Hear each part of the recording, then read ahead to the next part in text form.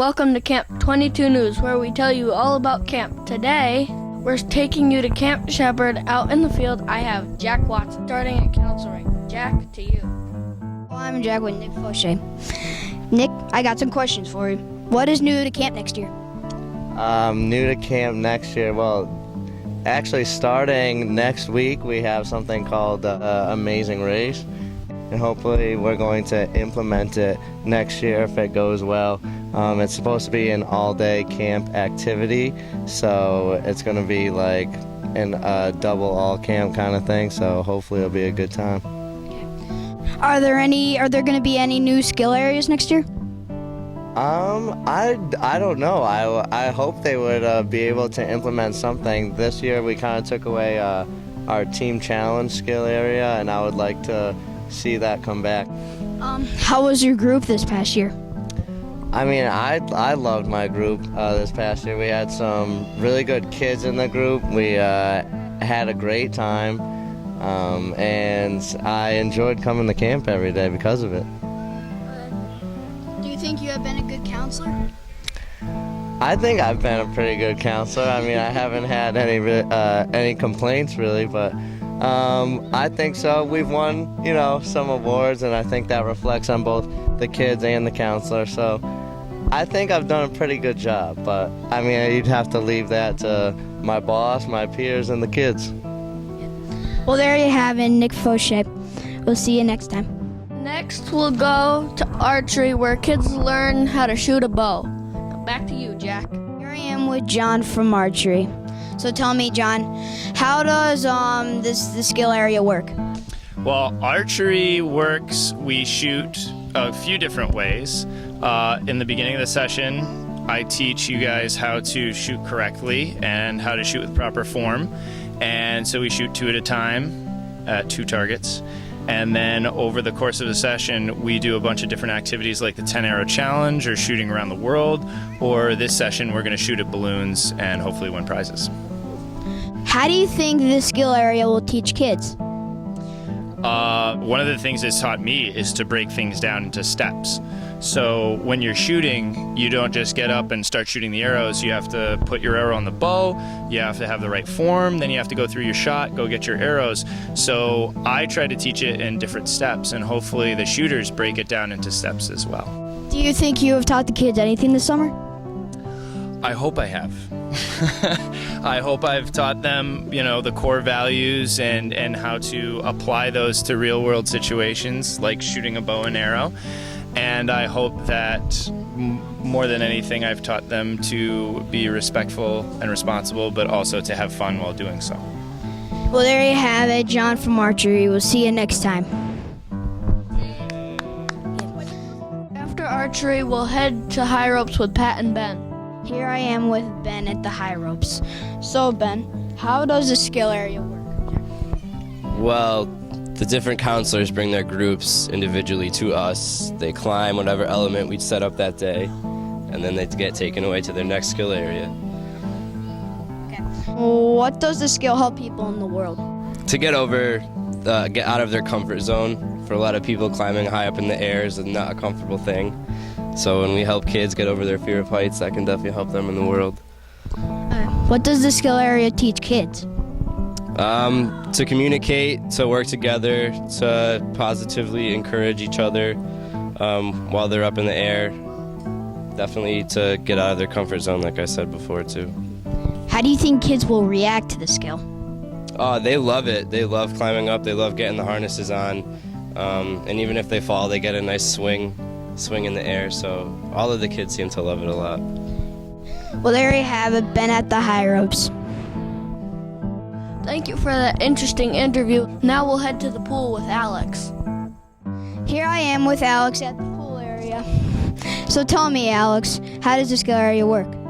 Well, what you do is in the morning we have swim lessons, and in the afternoon we have free swim.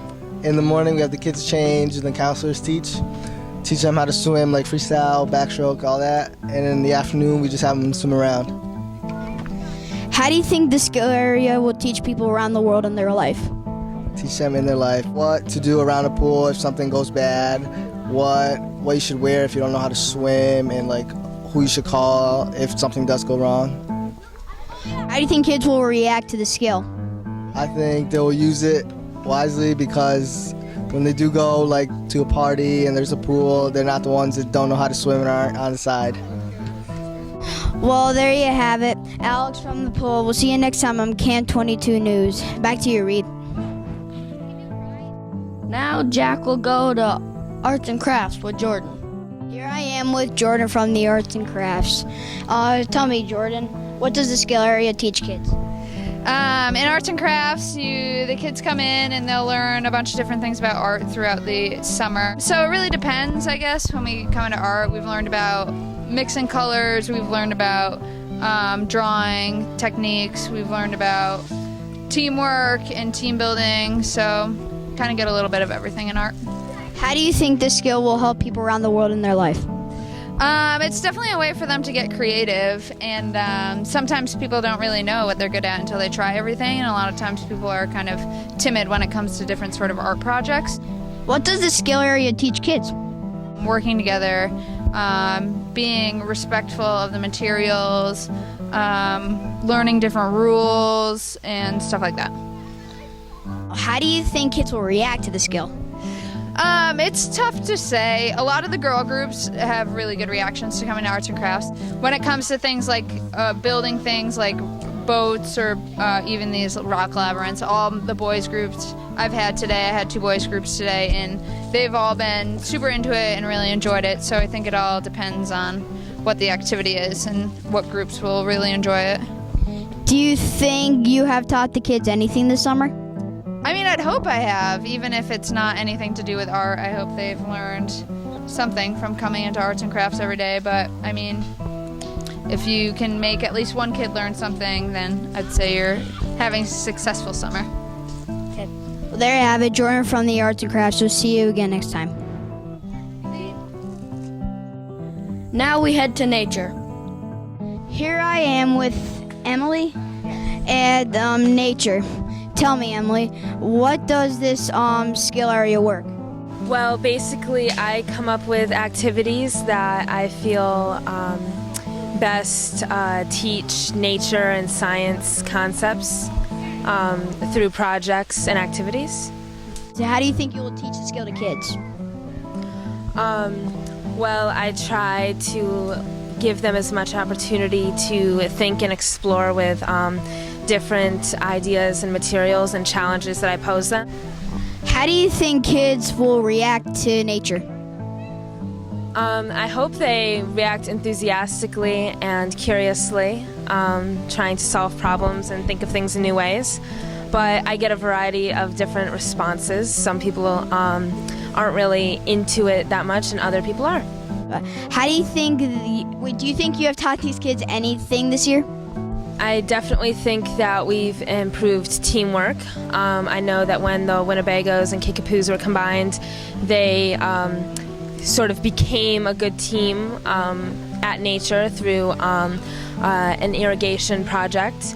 And I feel like I've introduced some new ways of looking at things like how we get our water to our houses and different materials we find in the woods with fire making activities and other challenges.